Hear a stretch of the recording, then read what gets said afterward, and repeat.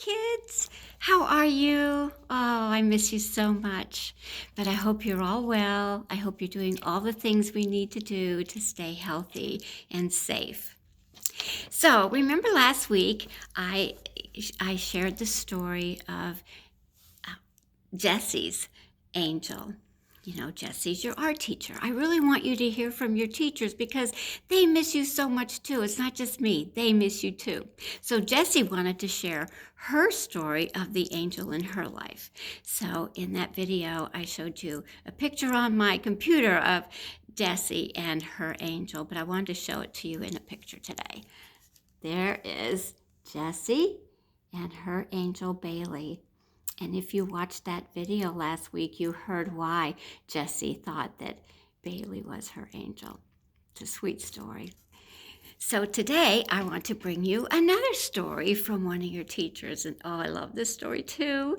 This is an angel story from your teacher, Mrs. Uray. She teaches the Brain Teaser Learning Center, and this year she and her husband, Mr. Uray, has been teaching the Community Service Learning Center. So I want to share with you her story of the angel in her life. So let me start. This is what Mrs. Uray said.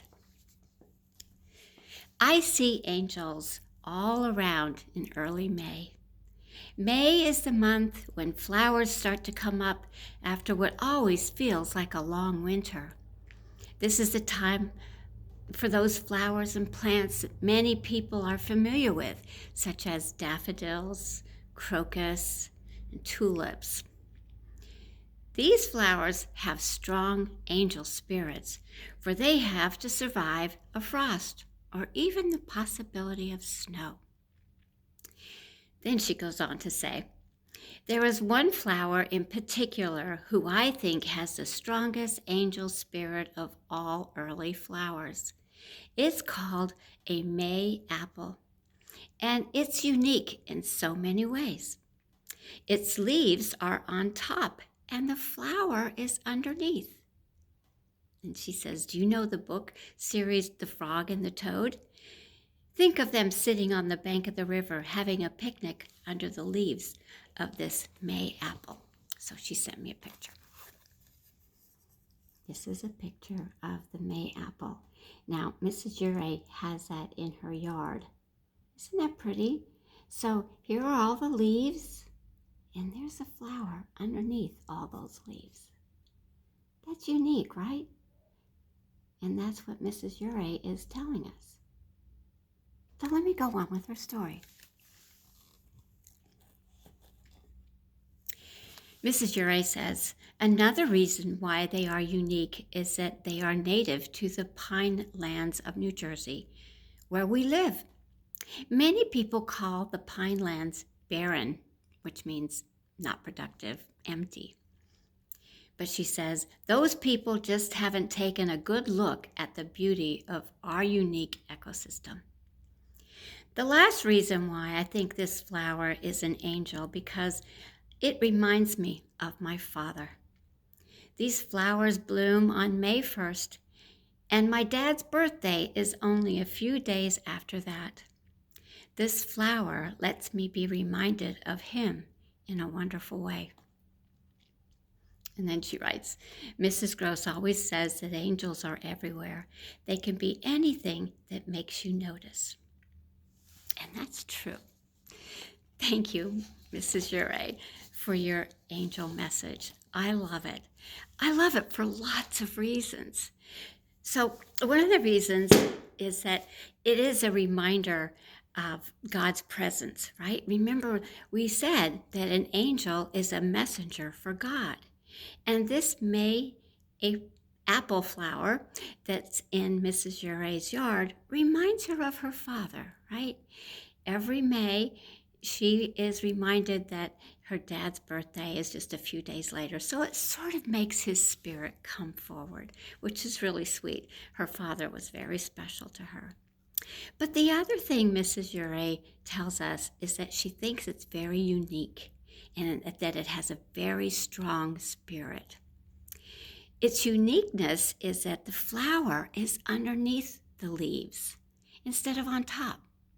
Like most of the flowers that survive the winter, the flowers are on top, and that's what we notice, right? We notice the daffodils, we notice the tulips. We notice the flower before we notice the leaves. But in this flower that Mrs. Uray is talking about, the May apple flower, its flower is underneath, so we really have to look for the flower in order to see it. And you know what? Sometimes that's true about angels. Sometimes we have to really look in order to find angels. And when we do, we see them. And sometimes in the most unique ways. And that's how Mrs. Uray sees this flower being unique. And it reminds her of the spirit of her father, but also its strength. Like the daffodils and the tulips that have survived a harsh winter, they come and they bloom and they flourish. And you know what? That's kind of like us too. We're going through a harsh time right now, but we are still here. We're thriving. We are all precious in God's eyes, and we are here surviving and thriving. And each one of you are, and you're beautiful, just like the spring flowers. So Mrs. Uray's story tells us a few messages. One, it reminds us of the strength that the flowers have surviving the winter months. They bloom every springtime, and we can count on that. And she can count on that beautiful apple flower to blossom in May, to remind her of its uniqueness and to remind her of her father. And it also reminds us of the fact that God's beauty and presence is everywhere. And sometimes we just have to really look. Now, I don't know about you, but I have really noticed God's beauty everywhere around me. When I go for my walks, the birds are singing their beautiful songs, and the colors all around are so bright. I'm noticing things that I haven't noticed in a long while. And I wonder, have you noticed this too? Have you noticed that there are many bees? That makes me really happy. It should make all of us happy to see all of the bees that are flying around. Have you noticed how loud the tree frogs are at nighttime? Have you heard the bullfrogs? Boy, there's lots of things that I've been noticing. And I think it's because I wake up every morning knowing I'm going to go for a walk and realizing that there is so much beauty all around us. And so when you walk around with that thought, wondering, oh, what am I going to see today? You really notice. So I want you to do me a favor. Every day when you get up, I want you to think this thought. I'm going to see God's beauty all around me.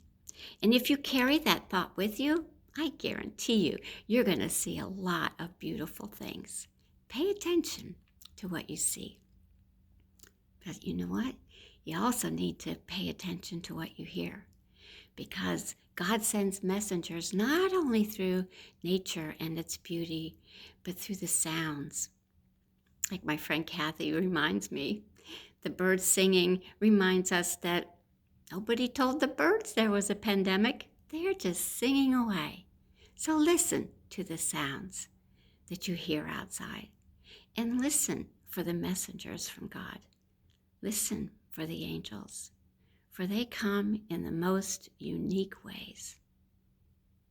You have all been my angels, and I'm so thankful for you in my life. And I pray that you all remain safe and sound and do all the things that you need to do to stay safe. Keep doing your homework and enjoy being with your family. And as someone always reminds me, I say this at the end of my video, remember to wash your hands. That's so important. I love you all, and I wish you peace, and I wish you safety, and I pray for you every single day. Look out for the angels. Have a wonderful day, everyone. May God bless you, little angels. Bye.